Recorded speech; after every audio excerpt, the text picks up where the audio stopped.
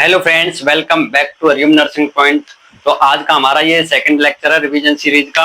और हम चैप्टर पढ़ रहे थे हीम कैटाबॉलिज्म आपका।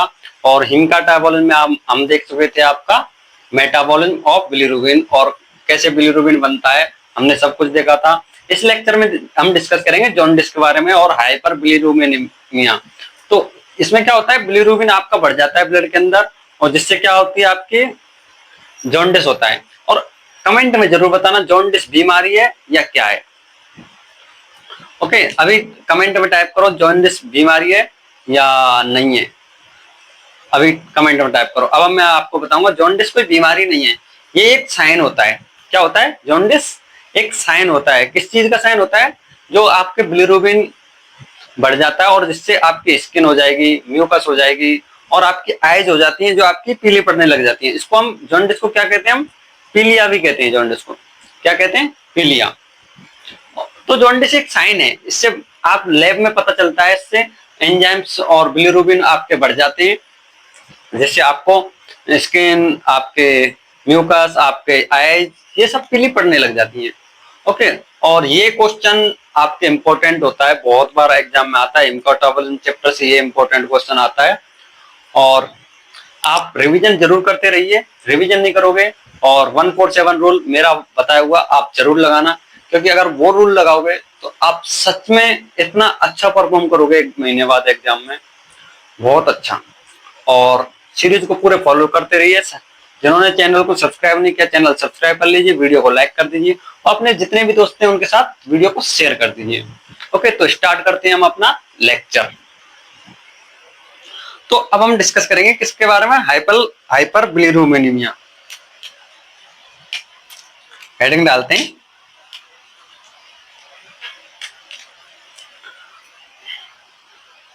हाइपर बिलिरुबिनेमिया।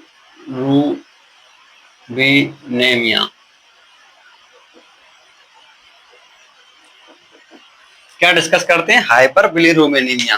क्या होता है हाइपर बिलिरुबिनेमिया? यह आपका होता है increase level of bilirubin in blood. जो आपका बिलिरुबिन होता है, जो आपका ब्लड में बढ़ जाता है, उसको कहते हैं हम hyper bilirubinemia. Okay, increase level of bilirubin in blood. Okay, क्या हो जाएगा आपका? Increase level of bilirubin in blood. और इसमें हम आपको बताएंगे कि जॉन्डिस कब होता है।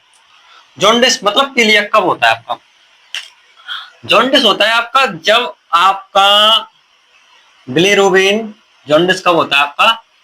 जब आपका बिलिरुबिन 2.4 mg पर डीएल से ज्यादा हो जाता है। जो आपकी बायोकेमिस्ट्री आप एलएफटी करवाते हो जब, तो उसमें बायोकेमिस्ट्री लैब आता है, बायोकेमिस्ट्री लैब रिपोर्ट आती है आपकी। तो उसमें आपको रिपोर्ट दी होती है total protein, conjugated bilirubin, unconjugated मतलब डायरेक्ट, इनडायरेक्ट बिलिरुबिन, ये सब आपको दिए होते हैं।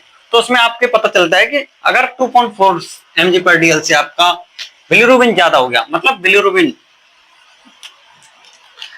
ज्यादा हो गया, तो आपका हो जाएगा क्या हो जाएगा? जॉन्डिस, मतलब पीलिया हो जाएगा। अब हम बात करते हैं टोटल बिलिरुबिन कितना होता है हमारे बॉडी में। टोटल बिलिरुबिन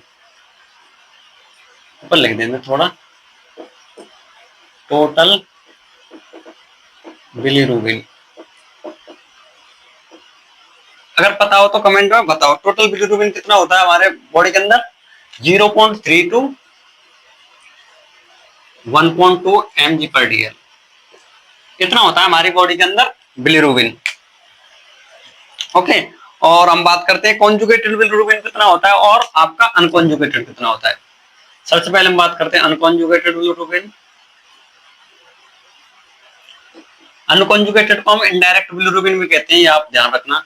कितना होता है? 0.2 टू 0.8 mg पर डीएल। ये हो गया आपका, इतना हो गया। ओके, और आपका कॉन्जुगेटेड बिलिरुबिन कितना होता है आपका? Conjugated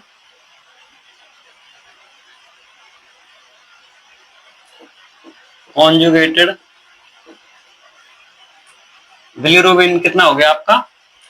0.1 to 0.3 mg/dl। ये हो गया आपका बिलिरुबिन कितना कितना होता है हमारे बॉडी में। अब हम बात करेंगे टाइप्स ऑफ जॉन्डिस। जॉन्डिस कितने टाइप का होता है, टाइप्स ऑफ जॉन्डिस कितने आपका टाइप का होता है। जॉन्डिस जॉन्डिस होता है आपका कितने टाइप का, 3 टाइप का। यहाँ पे लिख देते हैं हम, प्री हेपेटिक जॉन्डिस,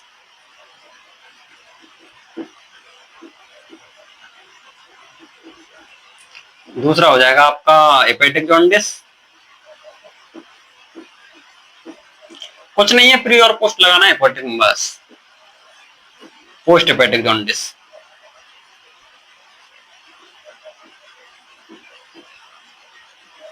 और इनके अलग अलग नाम भी होते हैं। इसको कहते हैं हम प्री हेपेटिक को क्या कहते हैं, हीमोलाइटिक जॉन्डिस।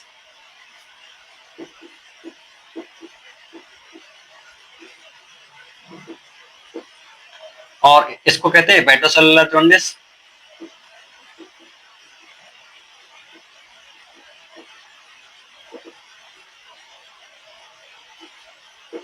और इसको कहते हैं हम ऑब्स्ट्रक्टिव जॉन्डिस।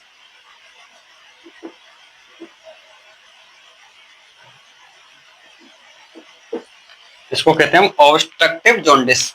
ये हो गए आपके जॉन्डिस के टाइप्स। अब हम इन टाइप्स को एक एक करके डिटेल में डिस्कस करेंगे। तीनों टेबल बनाएंगे हम एक, तो उसमें डिस्कस करेंगे हम तीनों टाइप्स को।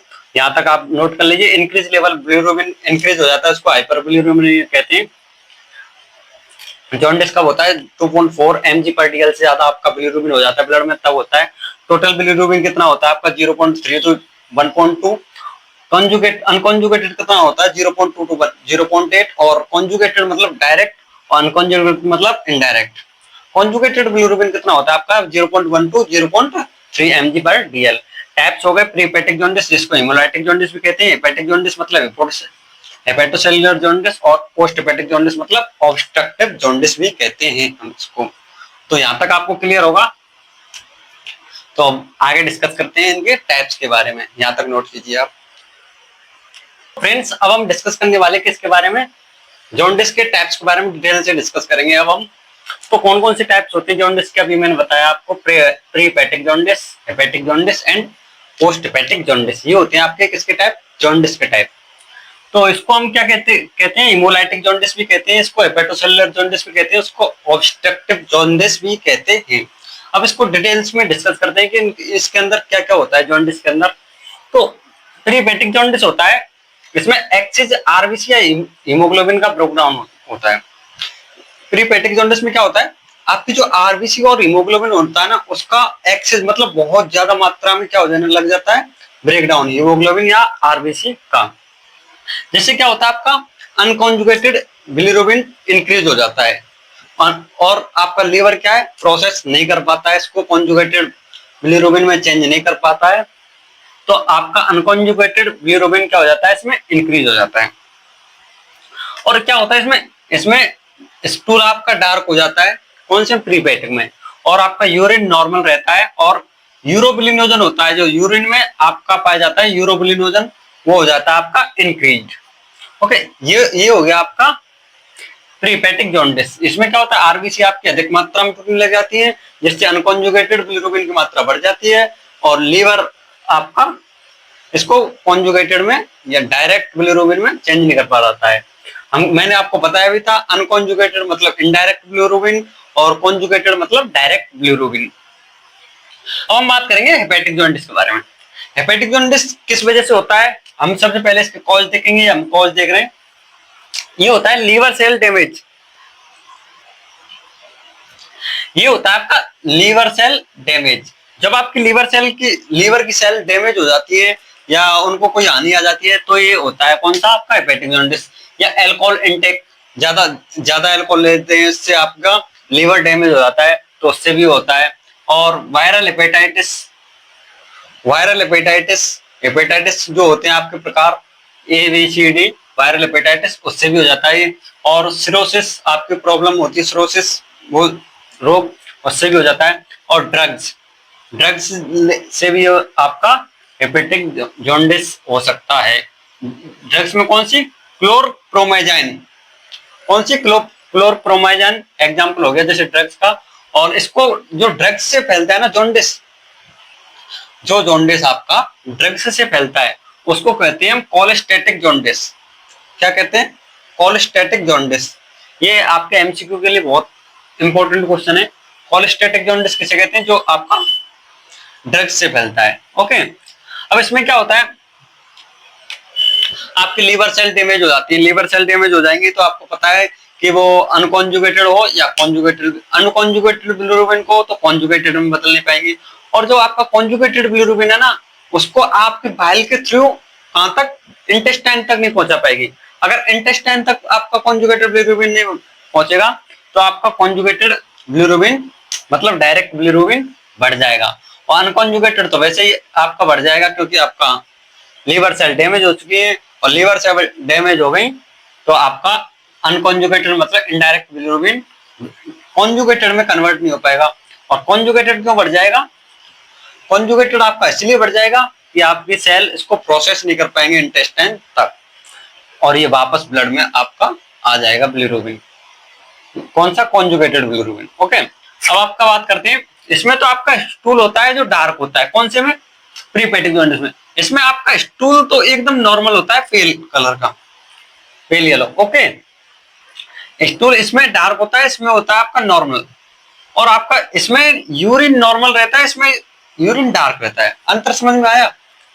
इसमें तो आपका स्टूल डार्क होता है, इसमें स्टूल नॉर्मल होता है। इसमें आपका यूरिन नॉर्मल होता है, इसमें यूरिन डार्क हो जाता है। डार्क क्यों हो जाता है? क्योंकि आपका कॉन्जुगेटेड बिलिरुबिन है जो बढ़ जाता है। ओके, लैब वो liver enzyme AST ALT increase हो जाते हैं। जो लीवर के एंजाइम होते हैं एएसटी एएलटी वो आपके इसमें इंक्रीज हो जाते हैं। अब हम बात करेंगे पोस्ट हेपेटिक जॉन्डिस। ये किस वजह से होता है आपका पोस्ट हेपेटिक जॉन्डिस? ब्लॉकेज इन बाइल फ्लो। जो आपका बाइल होता है जिसके आपका बिलिरुबिन प्रोसेस होता है तो उसमें ब्लॉकेज आ जाता है, तो उस वजह से कौन सा जॉन्डिस होता है आपका? Post hepatic jaundice. और गॉल स्टोन्स, आपके गॉल स्टोन्स बन जाते हैं किसमें? गॉल ब्लैडर में। आपके पथरी कहते हैं जो गॉल स्टोन्स, पथरी हो जाती है। और कार्सिनोमा ऑफ बाइल डक्ट या पेनक्रियाज, और कार्सिनोमा हो जाते हैं आपके बाइल डक्ट या पेनक्रियाज। तो इस वजह से क्या होता है आपका? Post hepatic jaundice. अब पोस्ट हेपेटिक जॉन्डिस में क्या होता है? इसमें जो आपका कॉन्जुगेटेड बिलिरुबिन है ये प्रोसेस नहीं हो पाता है, तो कॉन्जुगेटेड बिलिरुबिन किसमें बढ़ जाता है? पोस्ट हेपेटिक में। इसमें आपका अनकॉन्जुगेटेड बढ़ रहा था, इसमें आपके दोनों बढ़ रहे हैं। इसमें आपका कॉन्जुगेट, इसमें प्री में अनकॉन्जुगेटेड, पोस्ट में कॉन्जुगेटेड, और हेपेटिक वाले में दोनों। ओके, स्टूल क्लेवाइटिस हो जाता है। इसमें कैसा था? स्टूल आपका डार्क, इसमें नॉर्मल, इसमें क्लेवाइटिस। और इसमें आपका यूरिन नॉर्मल, इसमें यूरिन आपका डार्क, इसमें यूरिन आपका वेरी डार्क। यूरिन को याद करने के देखो, normal dark very dark, normal dark very dark. Stool कैसा हो जाएगा? Dark normal क्लेवाइटिस। ओके, ये हो गया आपका। और यूरिन में यूरोबिलिनोजन आपका एब्सेंट पाया जाएगा। इसमें क्या हो रहा था? यूरोबिलिनोजन एब्सेंट, और इसमें यूरोबिलिनोजन आपका इंक्रीज हो जाता है प्री में। समझ में आया नहीं आया? यूरोबिलिनोजन होता है जो यूरिन में, वो पोस्ट में तो आपका क्या हो जाता है? एब्सेंट होता है, और प्री में आपका इंक्रीज होता है। और एएलपी इसमें इंक्रीज हो जाता है। एएलपी किसमें इंक्रीज होता है? आपका पोस्ट वाले में।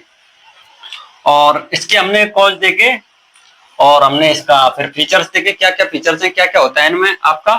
ओके, और इसमें हम एग्जांपल देख सकते हैं, मलेरिया हो जाएगा इसमें, और सिकल सेल एनीमिया हो जाएगा इसमें, और थैलेसीमिया हो जाएगा इसमें, प्री हेपेटिक जॉन्डिस में एग्जांपल। ये आपको यहाँ तक अच्छे समझ में आया होगा। ये आपके कॉज हो गए जो ऊपर लिखे हुए हैं, ये आपके फीचर्स हो गए, इनमें क्या क्या होता है आपको समझ में आ गया होगा। और यहीं पर आपका ये चैप्टर खत्म होता है, हीम कैटाबॉलिज्म पूरा चैप्टर। ओके, और ये चैप्टर बहुत इंपॉर्टेंट है, छोटा चैप्टर है, और पर एग्जाम में क्वेश्चन आते हैं। जॉन्डिस वाला क्वेश्चन बहुत इंपॉर्टेंट है आपके लिए। और वीडियो को लाइक कर देना, कमेंट जरूर करना, और रिवीजन करना मत भूलना। 147 रूल लगाना मत भूलना। अगर रिवीजन नहीं करोगे तो आपका कोई फायदा नहीं है लेक्चर देखने का, कोई भी फायदा नहीं है। अगर रिवीजन करोगे तो आपका लेक्चर देखने का फायदा होगा। नोट्स बनाओगे साथ साथ, ज्यादा नोट्स नहीं लिखवा रहा हूं मैं, शॉर्ट फॉर्म में नोट्स लिखवा रहा हूं। ओके, तो स्वस्थ रहो, मस्त रहो, पढ़ते रहो। Thank you.